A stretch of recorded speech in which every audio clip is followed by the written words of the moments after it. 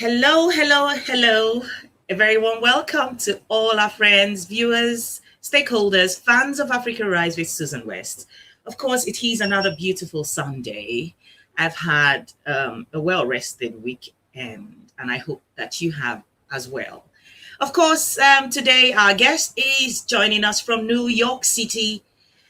And so I am very excited. The topic of discussion today is something that I'm really looking forward to. I've been really looking forward to having a chat with this particular brother, Ras Jomo. But of course, in our usual manner, as you join this broadcast, do the needful, which is create watch parties, invite your friends, um, send in questions and comments as you may have them. And we will do we will take as much as possible. And of course, if you haven't liked, followed, or subscribed to our channels, please do so. It is now Africa Rise TV on YouTube, also Africa Rise Africa Rise.tv on Instagram, and of course SWOB21 on Facebook, SWOB21 on Facebook. So please do the needful, like, follow, subscribe. All right. And I will be bringing on our guest shortly. But before then, we'll take a commercial break. It's been a great pleasure being on Africa Rise and the fact that you focus on African problems, African issues. And I would urge you to continue. And I hope that more and more people pay attention to the leaders that you bring to speak on Africa Rise, and that this will translate into some change for the better for our continent. Congratulations. Thinking. Okay. This is your numero uno. My name is Charlie Boy, the area father. You're the number one of Africa and the president of all frustrated Nigerians. Keep it real with Susan West. Yes, these are the channel where they like to watch when I won't get sent. You know? Africa Rise with Susan West. Welcome back. Oh, glory, grace, and thank you. She says, hello, Mega Anchor. Helen D, it's so wonderful to have you here again. You have been missing in action. We missed you here on Africa Rise. Yes, so our discussion for today, of course, let me remind you again, like, share, subscribe, and send in your questions and comments. I do apologize. Last time I didn't remember that we were sharing to my wall as well. So there were loads of people watching. There were over 400 people watching on my wall. And I didn't even take the comments from that wall because I totally forgot that I was also streaming there. So today I will make sure to remember to also have a look on my personal wall where over 400 people joined from last broadcast on Friday, but I didn't see your comment. So please, it was not intentional. So please, yes, today's discussion is our Africanness, Christianity versus being Christ-like. It is a very interesting topic because as Africans, over the centuries, we have been bombarded with too many different, religions and belief systems that is alien and foreign to us. And on the way somewhere, we got it all mixed up, And in this generation, we're trying to make amends and repair so that we get it right as Africans. So without further ado, I'm going to bring on screen now our guest for today. Hey, Ras Jomo. Hey, beautiful. Blessings, greetings. Can you hear me well? Clearly. Okay, greetings. Ras Jomo, visiting from the United States. I'm in New York State. My city is actually Buffalo, New York. I'm actually closer to the Canadian border. We are right here at the border.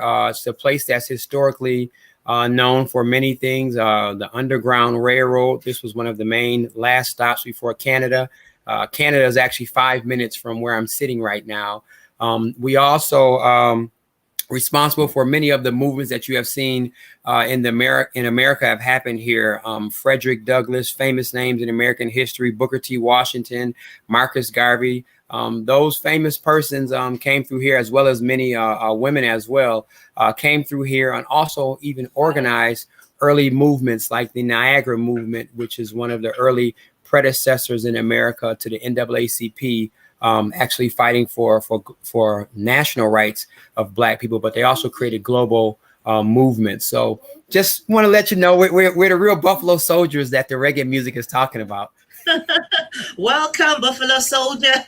Welcome to Africa Rise with Susan West and Sister Abigail Ikwe Simon Hart. I'm so glad you're able to join. Chili Nabs, I acknowledge you. Welcome, all of you. I will keep acknowledging you as I see you comment or, And so really quickly, our topic of discussion today, our Africanness. Let's start by giving a little bit of definition of what our Africanness is. Yeah, well, and that's what that's great. I want to start off on how we define words, because language, culture, consciousness, education, perception, all of those things seem to have us speaking like a different language, even though we are all here together. So it's nice for us to define where we are going. So me saying African and communicating Africanness, it's going to be a term that's going to be dealing with not just those of us who are born on the continent, those who might have been taken from the continent forcibly, those who have migrated voluntarily, and I wish I had my share screen. I need an assistant, but I want to keep these two alphabet in our minds, BC, because these things are going to be important. I'm talking about BC Africans, and what I mean by that, I want to talk about Africans before the Berlin Conference. I want to talk about Africans before colonialization, and we want to talk about Africans before captivity for those of us who are in the West, because our reference point sometimes can distort our perception of ourselves, so sometimes we're talking to and with each other, and we're using other people's reference points. And I want to talk about our systems, our thoughts, our beliefs, our cultures, because as African people, we all have similar, and we also have some things that make us particular about our own groups, our own ethnic families. So that is where I'm coming from as I'm approaching this, and all of us have a unique experience. And I think that 2020, if nothing else, it should have forced us to look at things clearly. And whatever the creator and creation has showed us, I think we better be man and woman enough to accept it. And I think that's our only way to move forward. But we're going to have to do it from our reference point. We have to control the narrative right now with this great pause and everyone going. Excuse me one second. Children, Eli. I'm sorry, we children in the house, African family. You know what I mean? Yeah. So what happens is I think that we have to be mindful of controlling the narrative on behalf of our ancestors and on behalf of all of those who are coming after us. We have to be the present bodies that stand in the gap and shape the narrative correctly. We must defend our ancestors' honor, and we must protect the future of those who are coming after us. No matter what is happening now, we still are the custodians of that power, and we have to see that clearly. No one, I don't think right now, is going to sacrifice and come and save us. So we have to work what we got, and that's how it's been for the last few thousand years. That's defining Africanness to me. Us drinking a clear glass of reality. Right. Africanness is the quality of what Africa means, and what Africa means to us as individuals, and how we express our Africanness to the rest of the world. For me, I like the fact that you did want to reference, according to you, to remember these letters, the BC, before the Berlin Conference, and so on and so forth. So would you want to go into beginning to educate us on from that reference point before the Berlin Conference? Mm-hmm. Well, Africa, as we know it, is a continent. People with flesh and blood, like all other beings, but in the same reality, we have different patterns and styles of living based upon where we moved, how we migrated. Different people, individuals had a chance to move and actually separate from people who they might not have done everything the same with. They also had the chance to be close with people who who they spent time with. And there are also certain cultural traditions based on agriculture. Based on agriculture, based upon how we did business, based upon languages. So we were not monolithic, but there are certain rules of culture and etiquette and creation that we dealt with. Being able to define things on our own terms is what we had the sovereignty of doing, without the auspices of others from other countries who might not have had the same cultural context that we had. So this aspect of the Berlin Conference, if people have not investigated, we need to understand who decided the borders, who decided on which countries would be demarcated, who decided which ethnic groups would be separated and which ones would be brought together, who decided what your lingua franca or your national language was going to be. You see, these things took place in Europe, and we have been trapped with trying to define ourselves and trying to navigate a reality with someone else writing the rule book. And it also seems as though one of the things that we have not had a chance to magnify is that we have not had a chance to study ourselves in our own context. If you ask any person who has matriculated from any high school or college, any part of Africa, to give the history of those who colonized you, what is their legislative structure? What is their educational structure? What is your education system based off? It's usually based off of whoever colonized us, or which colonized lands we went to. Okay, so that reference points, it has you repeating certain names, certain cultural value systems, your type of government, your type of court system, who are the heroes and sheroes. Basically, it boils down to ancestor worship, because you know all of their ancestors, and you don't know yours. You know the ancestors of those who might have been enslaved, or those who might have set up military structures against your families, and you don't know the grandparents of your neighbor. You don't know the grandparents of the ethnic group next door. You don't know the families or the kings and queens or the royal families of those who live 100 miles from you. Okay, so what I'm saying is that can become a problem, and as we get into talking about religion, you're going to see how it ties in. And realistically, I'm born, raised into a Christian family, so this is not attack against it is not an attack against the value system dealing with Christ, but we are going to have a very candid discussion about how religion has been presented. And I think that we need to be very distinct on how we define things. As I say, you don't want to throw the baby out with the bathwater, especially if it's your baby.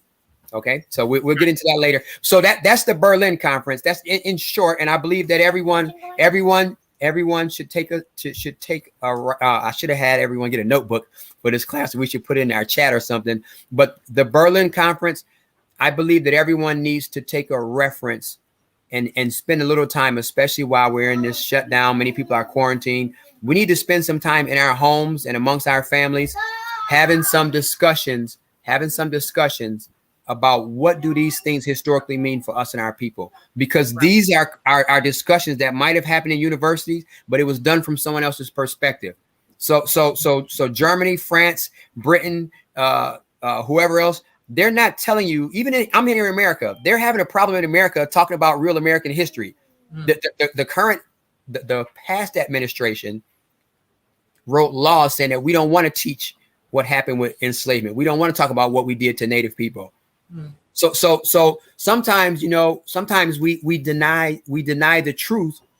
We deny the truth based upon who's in charge.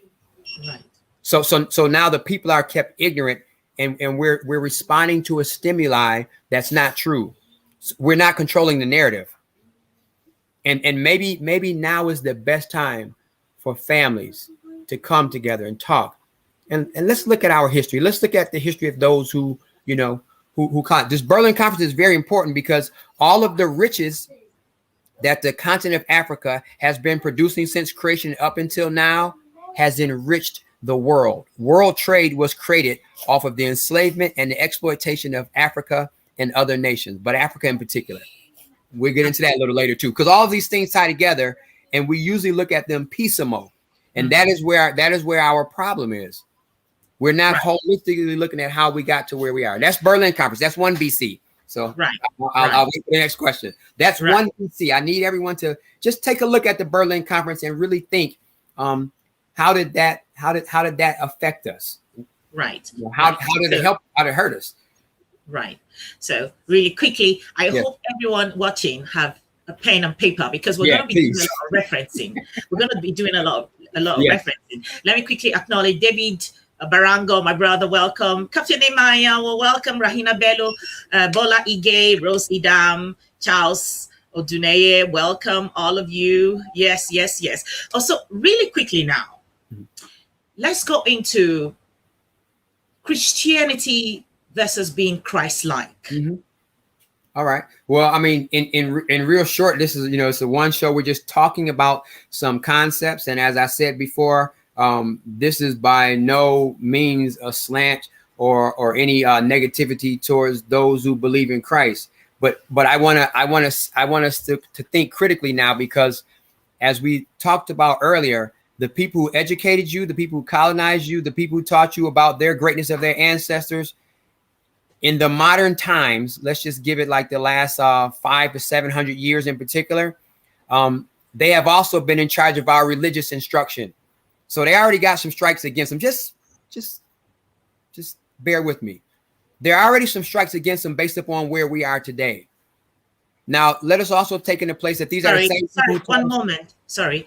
If you want to share your screen, it's fine. You can share your screen. Okay. I didn't, I didn't type up any pre-notes before, and I'm going to drop it here, but I'm going to say things, and I hope that the audience will talk slow so they can get their notebooks, because I don't want anyone to believe me. I want to bring some critical thought that all of us, I think, are going to analyze and communicate with wherever we are. Wherever you're watching the show, America, the Caribbean, UK, Africa, this history is the same. And this has not been presented to us, no matter how many schools we went to or how many degrees we got. This is not the narrative that is being taught. And this narrative controls how we got to where we are. So basically, the majority of our religious teachings, and honestly, I'm not even going to limit this to Christianity. Right. Any religion that don't have us as the main character, outside of the principles, how well are we treating each other? And this and we can just use Christianity because that's what I came up under, and this is how I analyze it. But you can use it up under any religion that you've looked at. Fela Anikulapo Kuti talks about it better than I do, so we have some other reference, because musical reference is important too. So the persons who we have made and created our churches after, many of them have utilized the New Testament and their cultural philosophy to explain how we, and I'll say them, like Bob Marley, we and them, I'll explain how we and them have to deal with God. So everything that it appears as though that they were able to do, they're communicated as being ordained by God. Okay.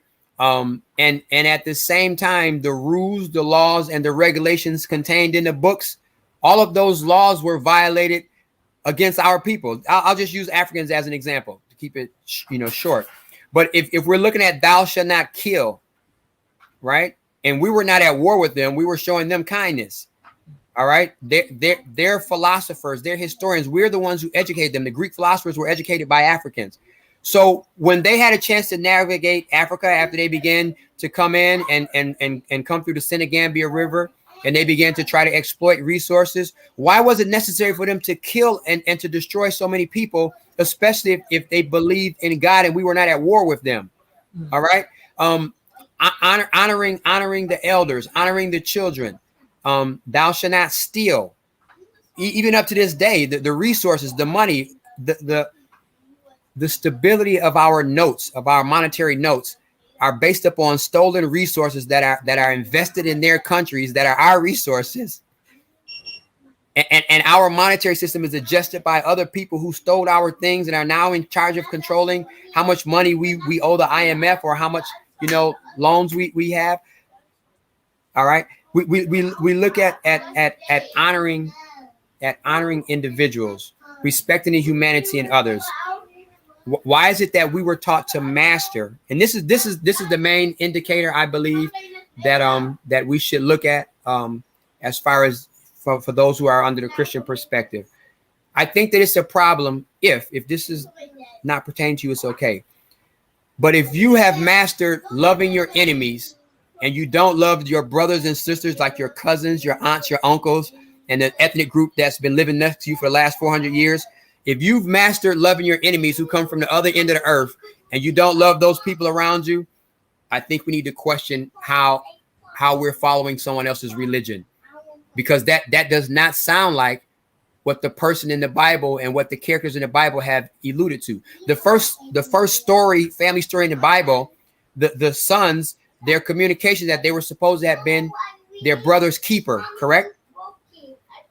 As we move forward inside the same Old Testament, the communication comes up. How can you say that you love God, whom you've never seen, and you love not your brother who you see every day? Now we're indoctrinated only with the New Testament to love our enemies, so foreigners and people on the outside can come and do anything they can in the name of God in our land, to our families, to our ancestors, molesting, raping, all of those kind of things that the Bible says you should not do.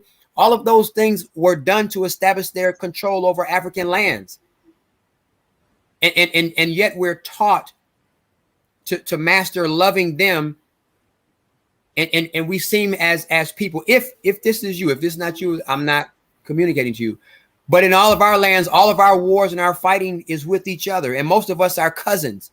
Most of the ethnic groups that are having the most problems are highly religified, and they have their biggest issues not with the people who've colonized them, not the person who've removed our borders and our natural living in the continent. We have our biggest problems with our neighbors who are our blood cousins. I'm just speaking on what history has shown me by looking at it from our own perspective. And it seems as though the riches of these other nations is persisting because we are not showing the Christ-like love towards each other. So we're acting like devils towards each other, and we're trying to perfect a religious form to them that doesn't really bear any earthly benefit. You see what I'm saying? We're practicing Christianity with people who are practicing bestiality to us and to our own brothers and sisters who the Creator is going to judge us on. You know that you can't really even say the Lord's Prayer unless you forgive those around you who you've wronged or who might have wronged you. So how can we consciously keep engaging in practices that don't allow us to make peace and love amongst ourselves? Is it possible that the way others have taught us religion, that we don't see God in each other? And I think that that's the big issue. We fail to see the Creator in each other. I don't care what religion it is. If you cannot see the image of the Creator in your brothers and sisters, I think it's a problem. And if you look at what is happening with us as people, whether it's in America or whether it's in the Caribbean, whether it's on the continent, those of us even in the same religion are the ones who are causing the most hell with each other. Now it's like we got, multiple versions of the same God. I mean, is that schizophrenia? Look at who we're at war with. Look at who we're fighting. Look at who all of our issues are with. We're not declaring war on none of the nations that have stolen and robbed and molested our ancestors. We're constantly declaring war on other people who are victims. Look at our behavior, just because this is honest reasoning. So, but we also have to see the BC traits in this. And now let's take a look at, as we talk about this before colonialism, because with countries so-called being free, this neocolonialism is even more dangerous. The neocolonial can be a little more dangerous because now in the image of others, we're governing our people using the same systems. So you have one set of Africans who are trying to move forward and trying to progress our people. And you have other people who become educated. It seems like the more educated we get sometimes with other people's perspective, the more we forget our ancestors, the more dangerous we are to our people, the more dangerous we are to our ancestors. And even more dangerous right now in the 21st century, we might be dangerous to the generations that are here and those that are coming because we are aiding and we are continuing the colonization of our mind, our lands, and the future of our children. Now, if I can't fight and defend myself against the system, I'm going to do the best I can to protect the generations coming behind us. And it seems as though we have leaders that are not willing to make that sacrifice. Right. So we have generations of young people who are 40 years old, countries that have, 75, 80% of people under 40, and leaders won't even allow them to move forward for the sake of protecting our future. Right. And we're religious. We're religious about what we're doing. So maybe the concepts and the cultural realities inside the Bible, maybe we need to start looking at the history and the culture and studying the history and culture of African people, because that's a whole nother discussion. But I can prove more so that we are the people of the Bible than I can, defending and talk about the other religion. That's another discussion. But historically, we know who in Nigeria, who in South Africa, who the children of Israel really are. Right. Which is why I'm saying that we're not fighting against Christ. We're not fighting against the word of God if you might be a Christian or even if you're a Muslim. But we're more so bloodline of those people that we're studying, and we're not understanding ourselves in the context because we don't see ourselves in the image of God. We have a problem with Black people, have a problem with seeing themselves in the image of God, and therefore we're not seeing each other in that same light. Right. I'm gonna take quick reads and then I'll ask a question. Glory Grace Shannon says, awesome, great history and life. Welcome, Ras Jomo. Helen D says, I love my Africanness. Mm-hmm. And Charles Oduneye says, Ras Jomo, big ups yourself. The truth hurts, but it is the duty of the Rasta man to speak it. Just like Peter Tosh and Bob lived and died for the truth. And also, he goes ahead to say that His Majesty Emperor Haile Selassie, mm-hmm. son of David, is the crown king of kings and Lord on the earth. That's right. And his last words was, only the truth can set us free. Right. I'm going to just pause there. Yeah. When you were talking about, I want to ask though, mm-hmm. Is Christianity alien to Africa? Is Christianity an alien religion to Africa? Even though the white man brought the Bible in its current form to Africa, is Christianity really an alien religion to Africa or Africans? I'm going to remove the word that you said, just based upon how we've been socialized to believe it. And I'm going to rearrange it and tell me if I'm making sense. The bloodline history of the family in the Bible that we deal with the most are African people who identify as Africa in Africa now. They're African people. So regardless of what people call or name a religion, because Christ didn't practice Christianity. Mm-hmm. We all know, we all can say, right? All right. So, but the teachings, the culture, and the bloodline, see, African people deal deeply with culture. So you might not profess something out of your mouth, but I can tell by how you tie your hair. I can tell by how you wear this. I can tell by when you circumcise your children, if you circumcise them. We know what your cultural practices are because you worship God, not only in what you say on one day of the week, but your whole lifestyle, how you plant your crops, how you harvest, when you plant, how you have, cycles and life with your children, death, birth. These cultural things is an expression of how you deal with the Creator. The Bible is talking about the culture and the natural rules of people who deal with the natural scientific Creator. people have created religions, and I don't want to get into the reason why they created religions, but people have created religions, and now we're following the doctrines of what man has created, and we're not even reading the Bible. Most people who might identify as Christians, the majority of them don't read the Bible, which is the instruction manual. So if you don't read the instruction manual, where are you getting your information from? Are you getting it from a church that might have come out and said that, okay, well, we've lied, we've been doing wrong things to children, we've been doing this, we are the ones responsible for overthrowing governments? Is that where you're getting your instruction from? Because now what happens is we're taking the words that are inside the Bible. Same thing was happening in Christ's time, and we're not listening to that. And now we're following traditions of man. We're following traditions of man. We're following traditions of man more than we are following what was written in instructions. So therefore, what I'm saying is, I believe and I know on bloodline that the children of David's family, the children of the prophet's family are all dispersed throughout Africa, and they were there when we were stolen.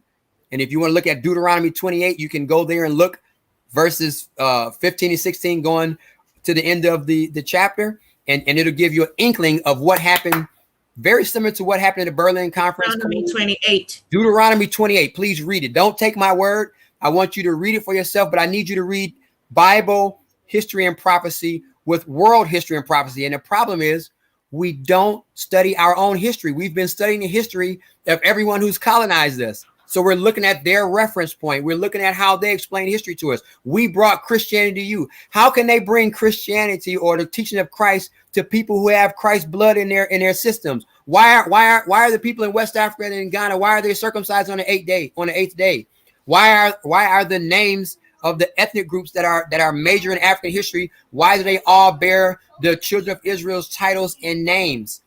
Why are the people in South Africa having the same blood types as those in the Bible? Why is it the people in Nigeria, the Efik, the Igbo? Do you know who these people are? Who their bloodline? I'm not talking about what colonialization has done, which goes bigger than religion. Because even this whole concept of religion, that's kind of getting into other people's concept. That's their narrative.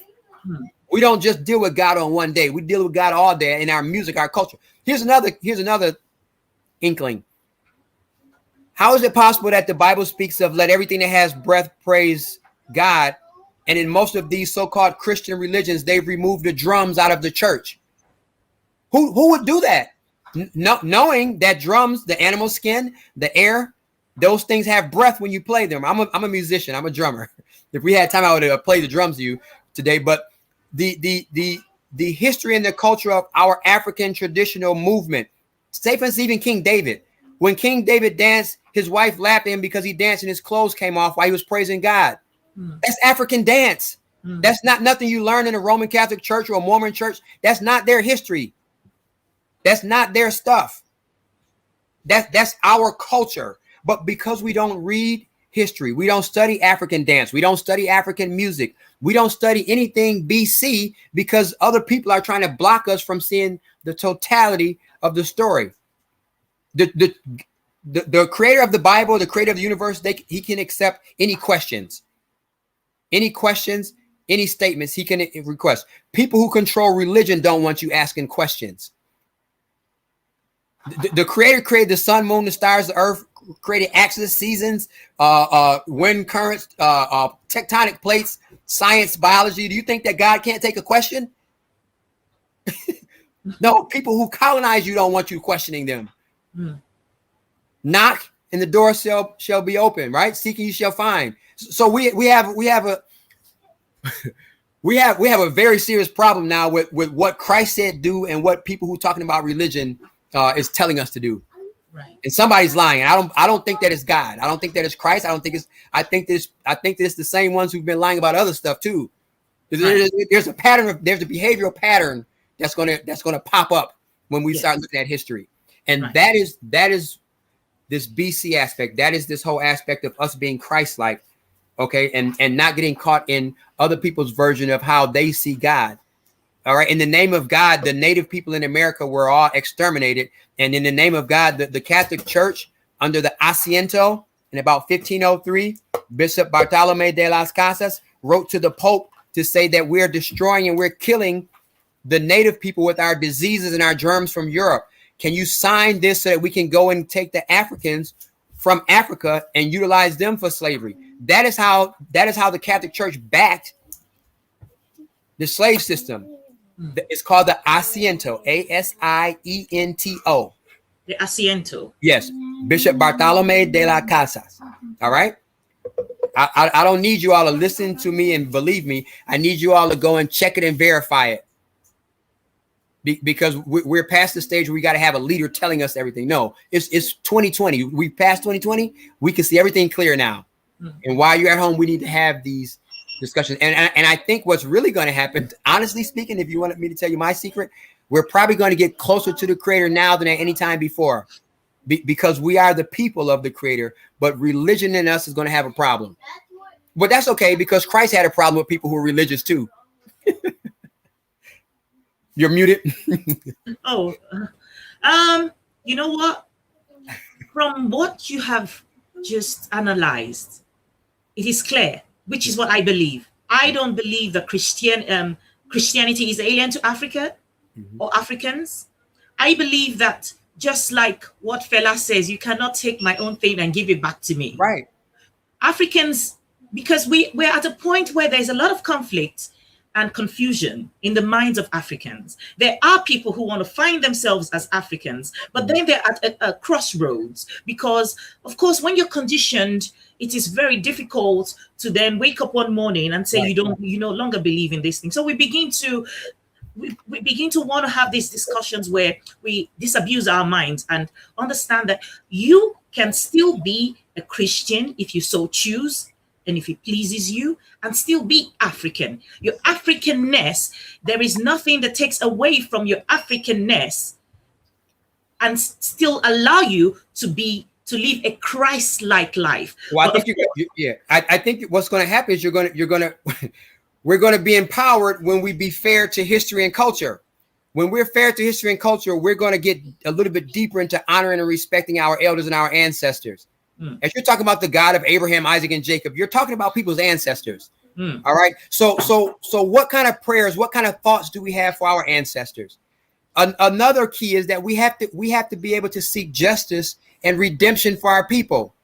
Without the love, without the blind, loving love of a Christ-like reality, there's no way we're going to come together and overthrow the demonic entities that are against us.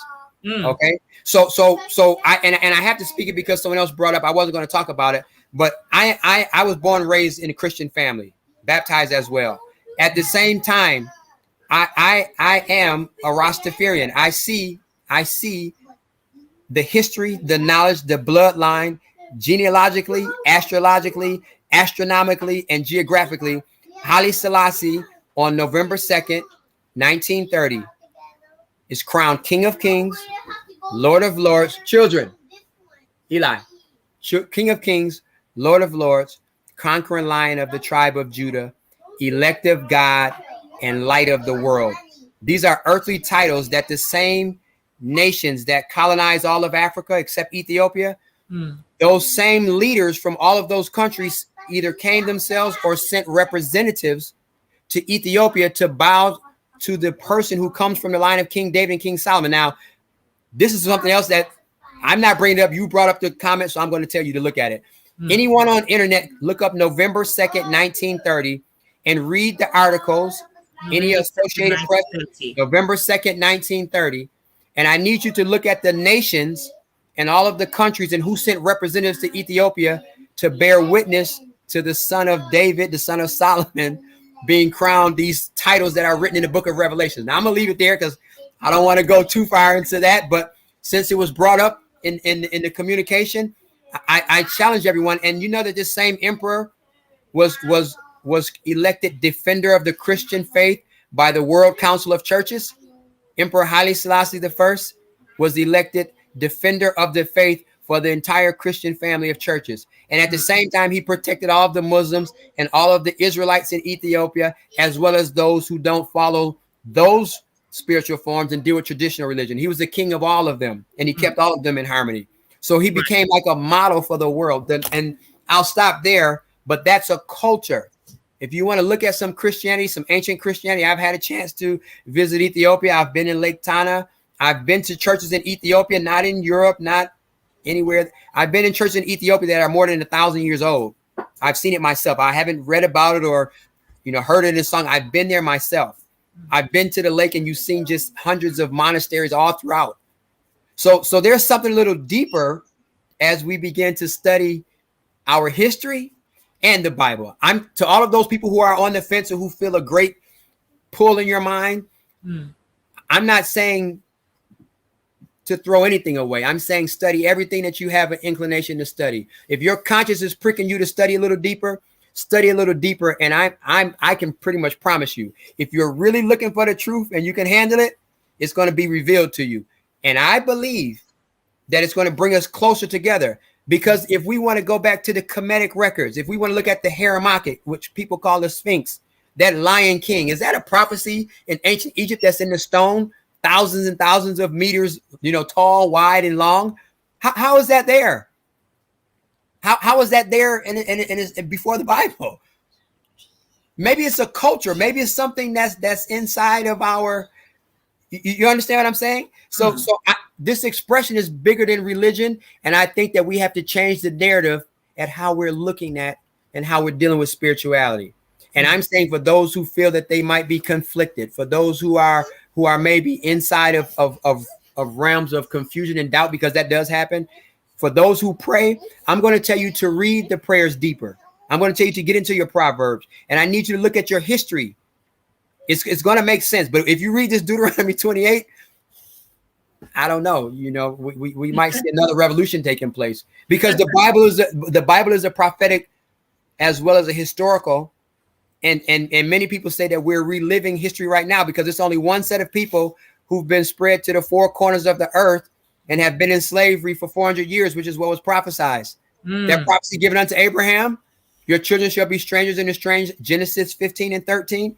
Your children shall be strangers in a strange land for over 400 years, and there they shall afflict them, and they shall serve them with rigor, and afterwards they shall come out with great substance. Well, I don't know about what all might have happened in those movies that we watched, but I know this time I'm here in the United States of America, and I know all my friends and family in the Caribbean. All of us have served our 400-year sentence. America has theirs 1619 to 2019. So we have 401 years as of today that we've been here. And we have definitely seen all kind of pharaohs rise up in this country against us. Wow. So without the faith in the Creator, it's like we're not going to make it out. And here's the sweet thing. Here's the sweet thing that I have to say. The way that the Bible looks, just from how I'm reading it, and the instructions of Christ from the beginning to the end, our only requirement to win this whole battle, this whole war, is for us to love each other. It's not really that difficult. Wow. But it seems as though there are all of these entities and there's these philosophies that's thoroughly trying to convince us, especially as Africans, from loving each other. What kind of spirit is that's trying to keep us disunified? That's trying to keep chaos or Babylon in our reality. If everybody means well from Christ, why don't they just tell us the truth and be fair? That's the easy way out. What's so hard about that? What is so hard about just loving people and letting everybody be representative of the Creator? What is so hard about that? Is there some sort of fear that if we find out who we really are in the name of our God, that we might be able to trample all of our enemies and no one shall stand against us? Do you think that? Let me go back. I don't want to get too far. I want to answer your questions. I don't want to go too far. I'm just going to take quick reads again. Charles Adunea says, African have been conditioned to hate their own whilst aspiring to be like the slave masters. He went ahead again to say African have been conditioned to hate themselves while striving to be the same thing. And I'm just Princess Ivy. That goes back to what I'm saying. We don't see ourselves in the image of God, which is what Marcus Garvey was trying to explain to us. He said, if God created all people, all races, God in some sense must be black. And we have to accept that reality. It's not for other people to accept it. We have to be able to see the Creator in ourselves and ourselves in the Creator. If we can't do that, we're not going to be able to love each other. Right. Ehis Ben, watching from YouTube, says, great point, but don't believe in God, all white supremacy-ish. I don't know what that means. Well, I think he's communicating the narrative of how it was explained to him. European people did not give black people the notion of God or one God. We were doing these things thousands of years, even before the Bible was written. So I understand where he's coming from, but that tradition is ours. If you want to deal with the sons of Noah or go back thousands of years, that tradition is ours. Right. Thousands of years, yeah. So I don't need Christianity as the only reference point the way that they're explaining it. But what I'm saying is, any way you look at it, we were already in tune with the Creator. We still are now. All of the hell black people around the world been through, we the only ones searching for God. we're on the bottom of every rung, and we're still. It's in our nature. You can't beat it out of us. We are connected to the Creator. Period. You can't escape it. Charles wants to ask if it is out of place to refer to God as a God of Africa rather than God of Israel. Well, put it this way: the King of Kings and the Lord of Lords. That's talking about dominion everywhere. So that's a reference point. But if we're talking about, you see, even in the Bible, and we're limited to English, and we're talking about a biblical thing, and I'm assuming he's talking from a Christian perspective or a biblical perspective. Even inside of the Bible, there are different words and different titles for God. You have God, you have Lord God, you have El, you have Yahweh, you have Adonai. So there are different aspects of. Are you talking about the supreme creator? Are you talking about a Lord or a person who's designed to be over? You see, there are different aspects of that. In the Old Testament of the Bible, Moses was made as God on earth. Most people don't read it, but it's there. So how are you defining these words, which goes back to us defining word and language? You understand what I'm saying? But that whole Israel, understanding that's a whole nother discussion of how far back do you want to look at Israel, Israel? How far do you want to go Kemetically or Hebraically? How where do you want to look at it from? Right. I have often had this discussion with people, and I always say that when you look at all the different names given to God in the Bible, it is based on experiences at a particular time with a particular individual with God. And you're reading it in English, so if you don't have a concordance, you don't even know if you don't have a concordance or something to refer to the language that it was written in. We're only reading it in English. So we're only seeing the word God and Lord. Do you know that capital L, capital O, capital R, capital D is a different word than capital L, lowercase o, lowercase r, lowercase d, which is a different word than lowercase l, lowercase o, lowercase r. So we're using we're using European reference points to try to talk about God and creation. And we have to understand the limitations. We're not controlling the narrative if we're only using their reference point. That's all I'm saying. And I'm saying that if you have the question, challenge yourself and go find the answer.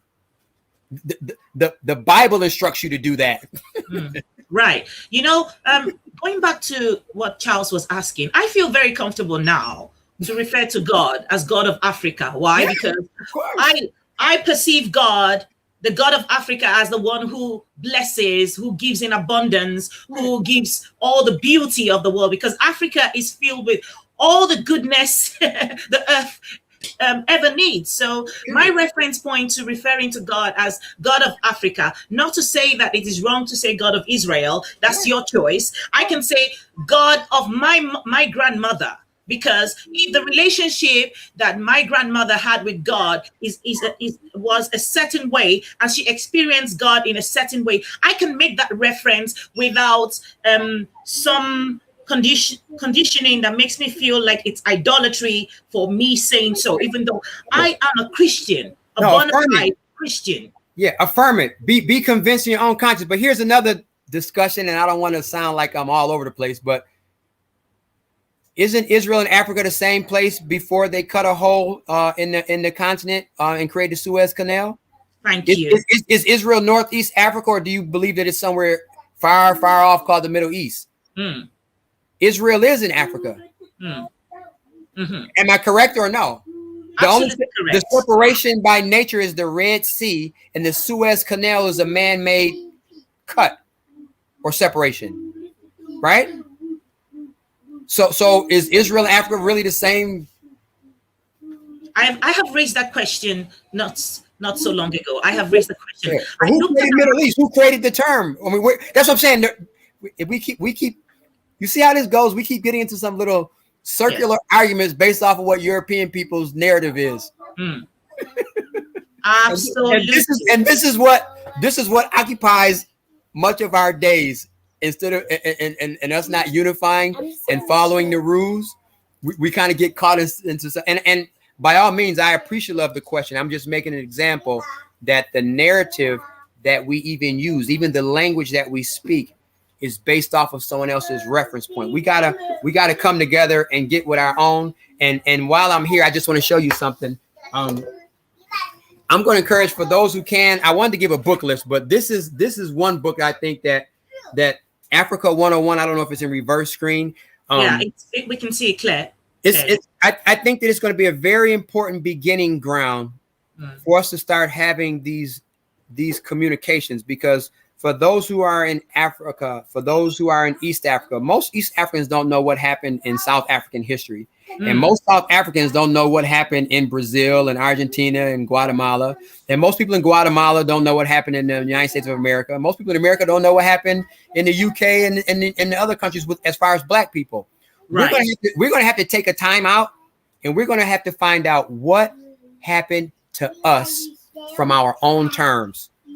We're going to have to start having more of these reasons about, can you tell me about Jamaican history? How did the Black people get to Jamaica? Can you tell me about what happened inside of East Africa? Who controlled these countries? Who set up the borders? Which countries colonized one land outside of Ethiopia? How do you have a Somaliland that's French and British and Italian? Who did that? That goes back to these BCs again. These BC things are still plaguing us. It's like some ghosts. They just won't, some demons that just won't let us go. We have to confront them. And we need each other's help. Another book that I would encourage people to get if they can is called How Europe Underdeveloped Africa. I have read that book. Yes. I have read that book. Destruction of Black Civilization. Yes. How Europe Underdeveloped Africa. Yes. Africa 101 by Dr. Arikana Chayombori-Kwayo is a book to have.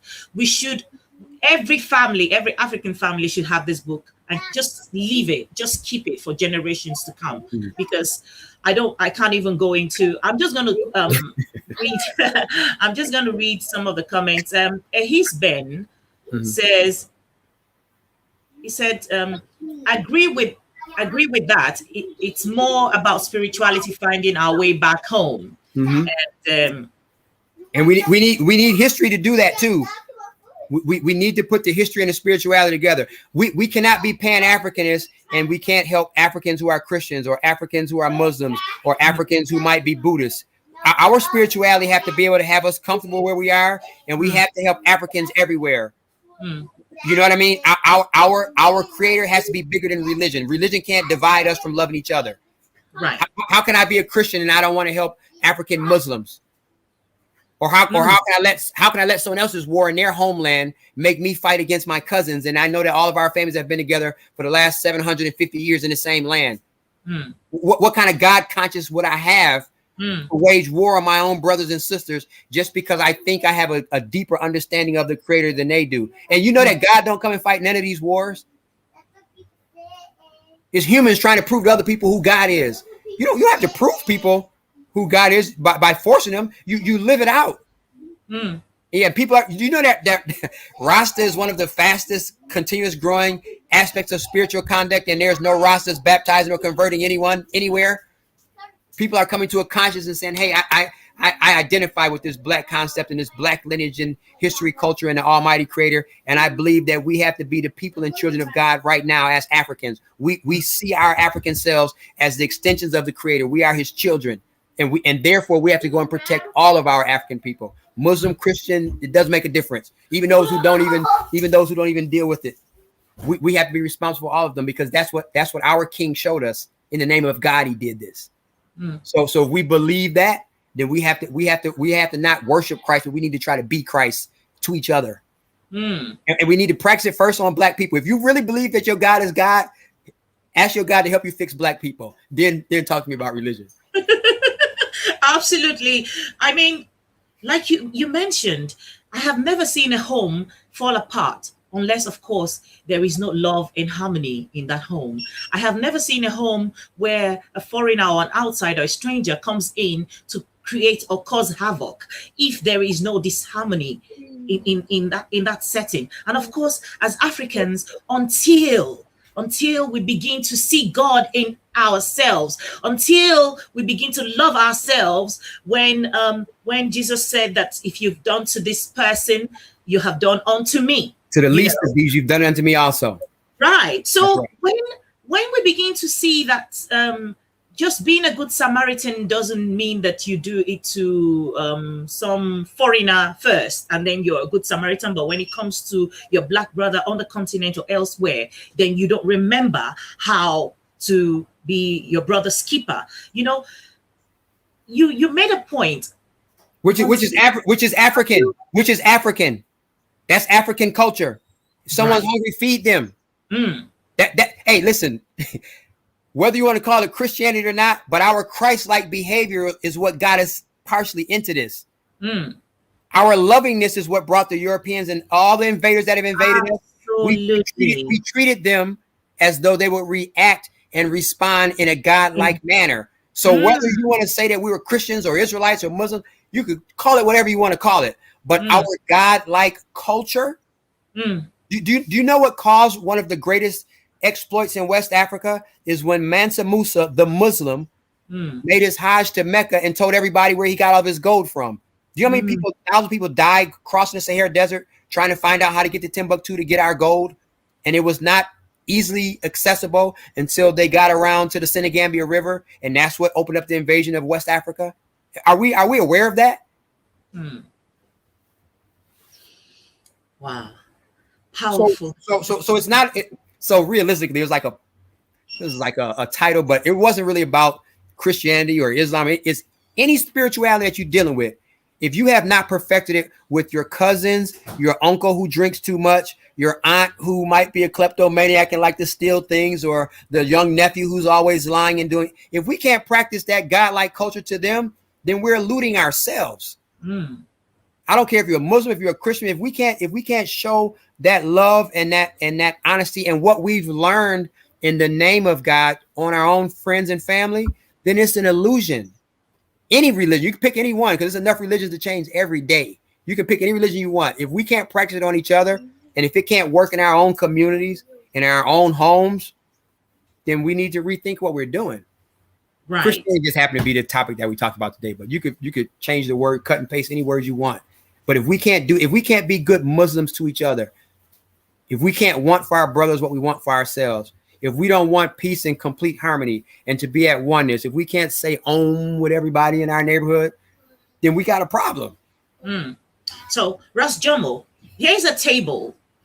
There are two columns. One is Christianity and one is being Christ-like. Fill it up for us.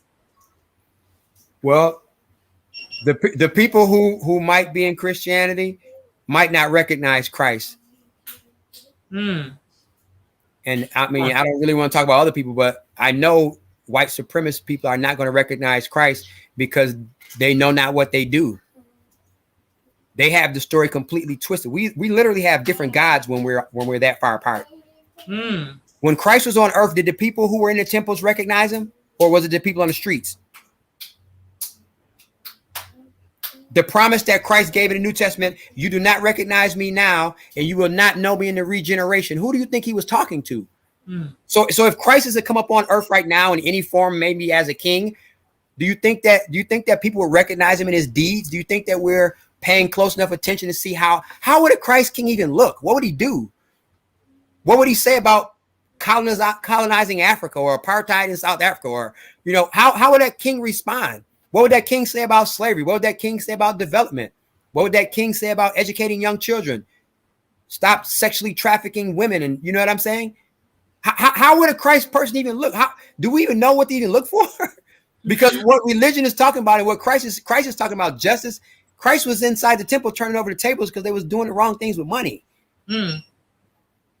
So I don't even know I don't even know if the people who go to church would even recognize Christ. I don't know, because I'm not everybody and I'm not the judge.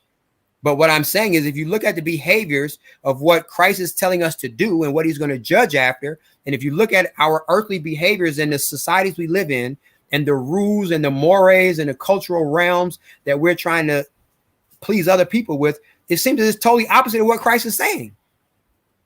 So which God are we talking about? That's why I kind of shy away from the word Christianity, because everyone has their own definition of what it is. The people who hung my ancestors in America, they said they were Christians. People in America would hang bodies and burn them, and then they would eat lunch and call it a picnic while the dead body was hanging on a tree. And these people are who told us they were Christian. Look up the book 100 Years of Lynching. Listen to Billie Holiday's song, Strange Fruit. Do you know what that means in Black American history? It's not fruit that grew bad off a tree. It's the hanging of Black men on trees, miles and miles as you can see them, country and state to state, county to county. So we have to look at history as we're looking at this biblical, cultural, spiritual thing, and just be honest. We have to be clear, and we have to control the narrative for ourselves. Our lives, our souls, and the destiny of our children and our ancestors' honor is at stake. This is a serious time. So here you go. Have you got any more scriptures to just drop for referencing? And I'll send some to you. I think that all of them are going to be good. And I think that, put it this way, once you start digging into them, it's going to make you start looking in other places. But one of my greatest loves, this is why we do the radio show, is I love to talk about African history and culture and the Old Testament rules, laws, regulations, and culture in the Old Testament. The New Testament doesn't contain culture. It contains philosophy, and it contains more like a summary. The Old Testament sets up a cultural pattern: how you plant your food, when you garden, how you have relations with women, how you clean yourself. All of those are cultural things. Now look back at the Old Testament and look at African culture. Study it. And if you don't know African culture, get a book or something, or start Africa 101. We need to spend more time while our elders are alive and try to get the history of our families from our elders before they pass on. We need to put this story together very quickly. And we need to look at the Bible scriptures and look at the culture of our people. Like, wait a minute, I think they're talking about the same people. That is why what I honestly believe. And I'm telling, I have anywhere you start looking, and if you think and you meditate on it, you start adding it up, it's going to all start making sense. It's going to make you probably more hungry to want to understand it. And you're probably going to get other books. You're going to start studying language, and you're probably going to start studying history and all of those things that we probably thought we hated in school. But when you see yourself included, you're going to look at history a different way. You're going to wonder, understand, like, if all of those instruments in the Bible, all those stringed instruments are played, who are those families, and what happened to all those Levite priests? What happened to all of those ones who were ordained and they were born to be singers and players of instruments? Is it possible that even if they might become Muslim, that they might be some of the families in West Africa who are the great kora players? Because that's all bloodline past. These people have supernatural powers playing instruments, but that's only if you know the history and culture of the Bible. Most people who go to church don't read the Bible, and most people who go to church don't read African history. So maybe the Bible is not the problem. Maybe it's the people who taught it to us. The Old Testament history and culture is African history and culture, if you study them. But you need to study history, and you need to study the books. And I'm not telling you that you got to be a Christian. I'm saying when you start reading, you're going to start saying, wow, that is true. Isn't it true that the Africans who were populating everywhere around the equator, not only in Africa, but they also were in India as well? Isn't that the same thing that Runoko Rashidi is telling you, that these Ethiopians and these black people are all around, even in India, the same people? So there are certain things that are just going to keep popping up that's only going to make sense when we study history from our perspective. We haven't had the luxury of doing that in mass. Right.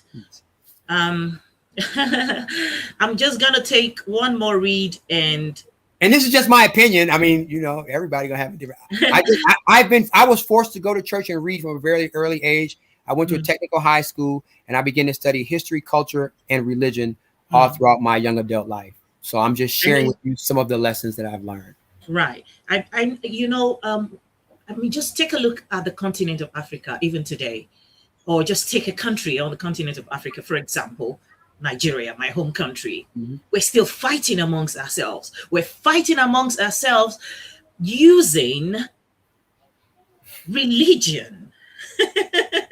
Not even traditional religion, something that someone else brought in. Yes, because because we're conditioned and we don't understand. We're in a state of confusion. That's Babylon. Yet we think that we're fighting on behalf of God. Some of the professions, some of the confessions, or some of the things that people say when they do harm to another human being is calling the name of God. So don't you think we could have saved a lot of time, lives, and money if we would just listen to Fela? I agree with you.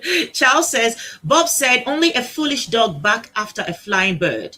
And also take the veil off from your eyes. Peter Tosh, no change in poverty until you accept the bitter truth. Yeah. They don't love themselves, so they can't love no one else. Brown. I don't know. Right. Mrs. So it's going to be up to us. So there it goes again. It's going to be up to us, Black people, African people, to know ourselves. We're going to be saved by us loving and taking care of each other. And we're going to need a supernatural God-like instruction and power in order to do this. It's going to be hard to love the people who we've been fighting for the last few decades, the last few hundred. We've been fighting each other. It's going to take a miraculous power to unify us. And that's the only power that's strong enough to do that is love. But we have to have that love for each other. No one else is going to be able to fix this thing. I don't care how many IMF conferences you have and how many EU summits. It's not going to work. None of that's going to work unless we love each other. Right. Unless we love each other. Mrs. Ehis Ben says, but I love this connection. We need our older Nigerians to gain this knowledge.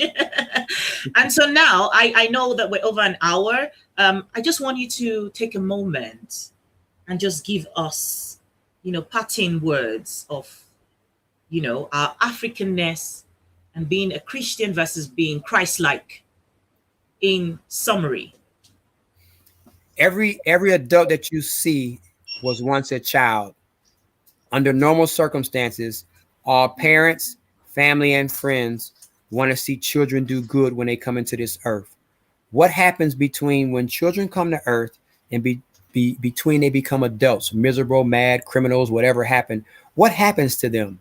What does not happen to them? Love and nurturing is the only thing that's going to really save us.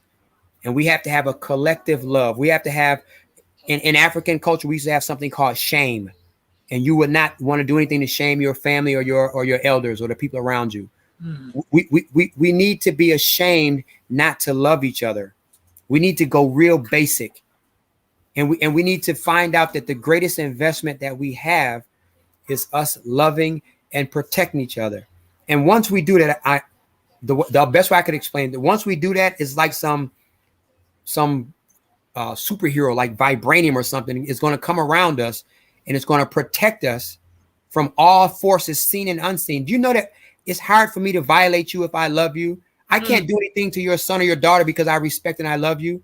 Do you know I can't do anything to your mother, your husband, your cousin because no, I know Susan, I can't do that.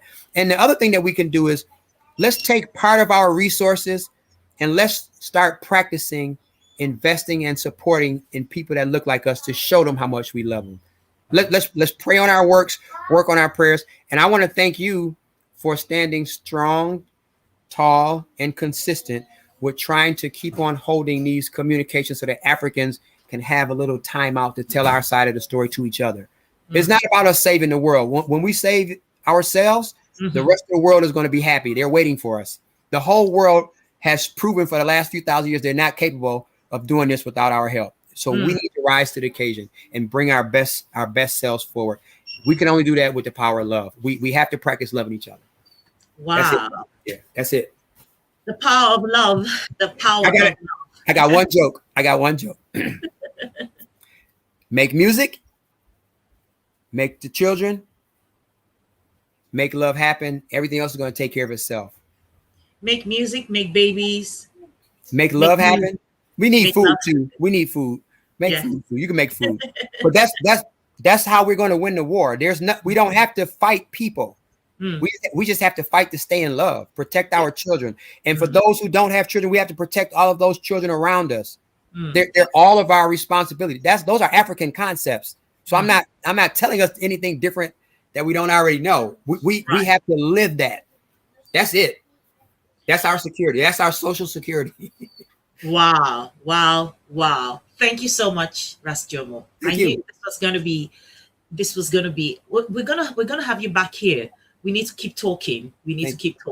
Because as we continue to talk and educate ourselves and bring a little more information, we disabuse our minds, and one mind at a time, we begin to cross the Red Sea to the promised land. Let's take care of each other. There's a blessing in it. Thank you. And take care of that beautiful family of yours. Chat with you later. Oh, yes. I thoroughly enjoyed today's broadcast. I don't know about you, and I do hope that you did have a fantastic time. And the truth is, whilst we are at this crossroads in beginning to find ourselves as Africans, as Black people, as we begin to have these conversations, and sometimes for some people, there's a little bit of confusion going on as to what they already believe or what they have believed all their lives. And I sit here today as a Christian myself to encourage Christians around the world to know that being Christ-like doesn't take anything away from our Africanness. In fact, Christianity as a way of life that came into being after Christ is not a foreign, is not a white people's religion. In fact, it belongs to Africa. But the point is, in us trying to worship or believe in ways that are a little different from the way we have been taught, or a little different from how our African traditional religion would, function, we should understand that there is nothing about us as Africans that is devilish, that is demonic. Our way of life, everything about us. Of course, every society have its pros and cons and good and bad. Africa is not exempt from that. But the fact is, we should get to the place where we stop demonizing us, our culture, our tradition, just so that we can be called good Christians. To be Christ-like does not mean that we have to then demonize the people who look like us, who probably don't behave or think or worship exactly the way we do. In fact, being Christ-like means accepting people who are not like you, loving people who are not like you, who probably don't even believe in the things that you believe in, but then having enough love to share, So let's begin to, disabuse our minds. Let's begin to get to that place where we know that we can be African and still be or believe in whatever we choose to believe in, especially if you want to profess that you're a Christian. Christianity shouldn't take anything away from your Africanness. There is nothing that is dark. There is nothing that is dirty about being African, about being Black. So let's celebrate our culture. Let's appreciate ourselves. Let's just love ourselves. And one step at a time, we will get to the promised land. Thank you for joining us on today's broadcast. Remember to like, share, subscribe, follow us on all our channels. If you're watching on YouTube right now, do the needful. Press the bell button if you have already subscribed before, but you haven't. Please subscribe, like, and follow us. Share this broadcast even after we've come off our live broadcast, because we need more people to hear these things, because until we begin, we have disabused our minds. We cannot conquer. We cannot win. And I know that we can win, and a big thank you to Ras Jomo, who came in here to, educate and inform us. I super, I enjoyed every moment of it. And so, yes, thank you so very much. He's Ben, Charles Oduneye, everybody else who joined us on today's broadcast. I will see you again on Friday, God willing. And so until then, I just want to say big hugs and I love you so much. Bye-bye.